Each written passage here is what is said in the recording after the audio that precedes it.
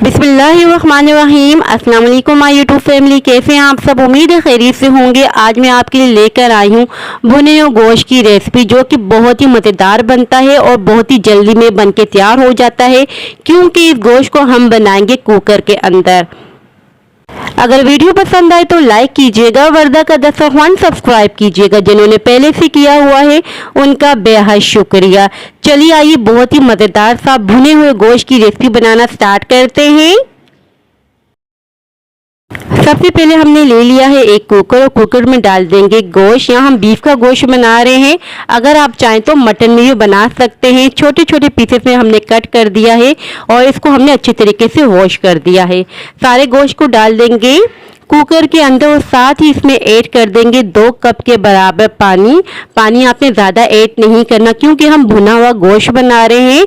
और इसी के साथ हम ऐड कर देंगे 1 टेबल स्पून के बराबर लहसुन अदरक का पेस्ट और साथ ही ऐड कर देंगे 1 टेबल स्पून के बराबर नमक, 1.5 टेबल स्पून के बराबर कुटी हुई लाल मिर्ची ऐड कर देंगे। साथ ही ऐड कर देंगे हल्दी पाउडर 1/2 टेबल स्पून के बराबर। बस यही मसाले जाएंगे और बहुत ही बेहतरीन सा हमारा गोश्त तैयार होगा। साथ ही ऐड कर देंगे 1/4 कप के बराबर कुकिंग ऑयल। लिड लगा देंगे। पहले हमने फ्लेम को हाई रखना होगा। जब एक विसल बज जाएगी तो उसके बाद आपने फ्लेम को मीडियम कर देना होगा और 45 मिनट तक हम कुक करेंगे, ताकि बहुत ही बेहतरीन सा गोश्त टेंडर हो जाए। यहाँ 45 मिनट हो चुके थे और काफ़ी सारा पानी देखें रह चुका है। इसको हमने हाई फ्लेम पर ड्राई कर देना है। और अब मैं आपको चेक करवा लेती हूँ। देखिए कितने अच्छे तरीके से गोश्त टेंडर हो चुका है। और यहाँ देखिए हमने हाई फ्लेम पर इसकी भुनाई की है। बस बहुत ही थोड़ा थोड़ा सा पानी रह चुका है।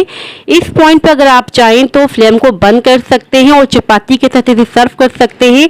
मगर मैंने बहुत ही अच्छी तरीके से भुनाई करनी है, अच्छी तरीके से ड्राई कर देना है गोश्त को, क्योंकि ये गोश्त हमारे घर में वैसे ही खाया जाता है, चपाती के साथ सर्व नहीं किया जाता। बहुत ही अच्छी तरीके से मैंने भुनाई कर दी है और अब हम इसे सर्व कर लेते हैं। बहुत ही मज़ेदार सी रेसिपी, यकीन करें जब आप अपने घर में एक बार बनाएंगे ना, सभी को बहुत ही ज़्यादा पसंद आएगा, क्योंकि ये गोश्त बनता ही बहुत ही मज़ेदार है। जब आप अपने घर में एक बार बनाएंगे ना, सब इसके फैन हो जाएंगे। अगर आप चाहें तो इसे चपाती के साथ सर्व कर सकती हैं।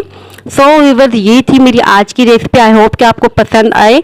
अगर पसंद आए तो लाइक शेयर सब्सक्राइब लाजमी कीजिएगा। दुआओं में याद रखिएगा। अपने वालिदैन का बहुत ज़्यादा ख्याल रखिएगा। अल्लाह हाफिज़।